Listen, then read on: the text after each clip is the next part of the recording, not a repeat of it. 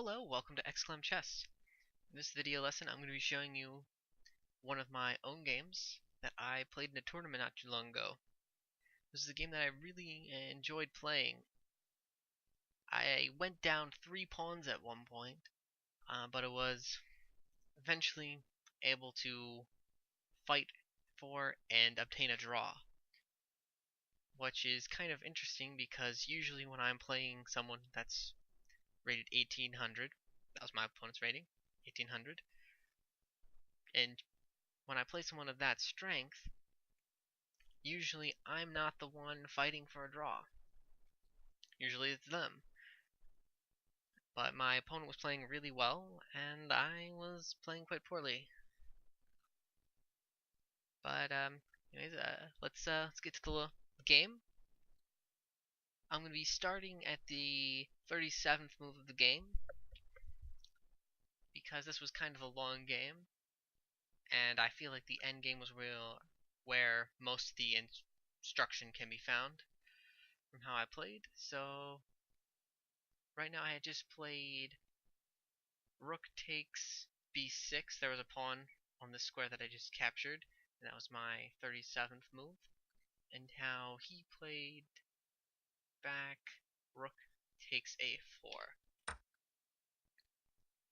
I played king to f3, getting my king more active closer to the center. This is an endgame, and I want to make sure my king's active.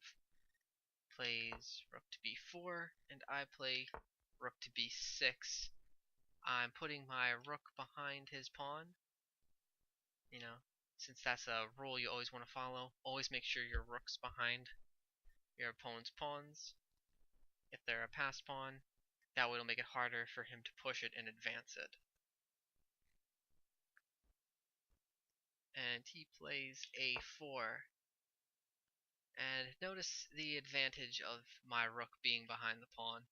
It's easy for me to keep attacking it, and meanwhile it's going to be a little bit more difficult for his rook to defend it standing on the side. And here I played rook to a8 check. My idea was to force his king further over to the side, since I don't want him to be able to play king to f8, king to e7, and then allow him to come up closer to the center. You know, since it's an endgame, I want to keep the king away from the middle of the board where he can be active, keep his king over towards the side. You know, since in the endgame when there's few pieces left on the board, you need to make use of everything that you have, so I'm trying to keep the pieces he has available to a minimum. Since obviously I'm down 2 pawns right now, I want to keep his attacking value of his pieces to a minimum.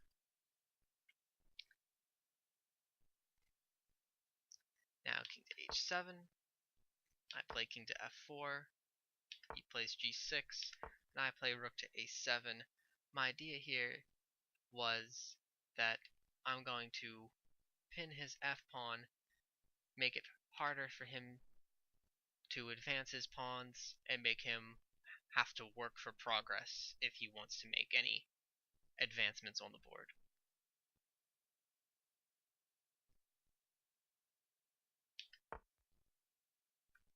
He plays king to g7, and I play g4. He plays g5 check. I play king to e5. f5, sorry. And he plays rook to c4. I play rook to a5. He plays rook to b4, and I play rook to back to a7. Rook b5 check, e5, and rook to b4. Here he has a threat that he's making. He's threatening to play his rook to f4, which would be checkmate unless I prevent it. And since I saw it, I played e6. Now my king has the e5 square available to him, to which he can run to. And here my opponent plays rook to f4. He's going to push my king over to e5, and then he's going to win this pawn over here on g4. I play king to e5, and he plays rook takes g4. I actually look at this move as kind of an accuracy, because in an endgame you really want to keep your opponent's counterplay to a minimum when you're winning. And this move allows me to make some threats regarding this e-pawn and trying to queen it, which will make it so that he'll have to guard against that threat and won't be able to push his pawns down the board. And actually, after he just plays rook takes g4, before he played it, right here in this position, it gives black a slight advantage. The computer will say that. But after rook takes g4, my computer engine calls this position completely equal, and it's just even, and there's no advantage for either side. I play rook takes f7 check. Now, without this, the pawn that was on this square on f7, now my pawn on e6 has a clear shot to e8 without any pawns trying to obstruct it or capture it. He plays king to g8. I play rook to a7. Following the endgame rule of always keeping your rook behind the pawn. Back to that again, as I was doing earlier. It's a very important rule to always keep in mind. Here he plays king to f8. He's forced to keep his king watching over this square e8 now, because if he doesn't keep his king close enough, I'll be able to queen my pawn. And so here I play rook to a8 check.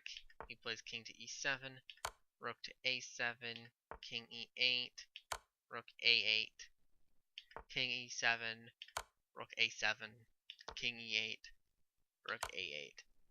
And we have to keep going back and forth like this, because he can't move his king away from guarding this square, and I can't move my rook anywhere else, because I have to keep up the threat of trying to queen this pawn. Because if I don't keep up the threat, then he has these three pawns, and he'll easily be able to march them down the board. So I have to keep making this threat over and over again. And here we've already reached the position a third time. However, neither me or my opponent claimed the draw, and I believe this is because both of us were hoping that the other would try to win somehow and try something else, and then make a mistake by trying to force a win that just isn't there. But neither of us tried to do that, and so the game went on for a few more moves before a draw was claimed. King e7, rook a7, king e8, rook a8, king e7, a7, king e8, rook a8, king e7. So we went on a few more times, and then here the game was redrawn because, or claimed drawn, I guess, because I realized that he's not gonna try to go for a win even though he has more pawns. He realizes that he can't win, and he's just gonna keep doing that, and I realized there's nothing else for me other than to keep forcing it, so I just went ahead and claimed it. Yeah, well, I really liked this endgame. I thought it was pretty instructive. Thanks for watching. I hope you enjoyed this and that you were able to take something away from this lesson.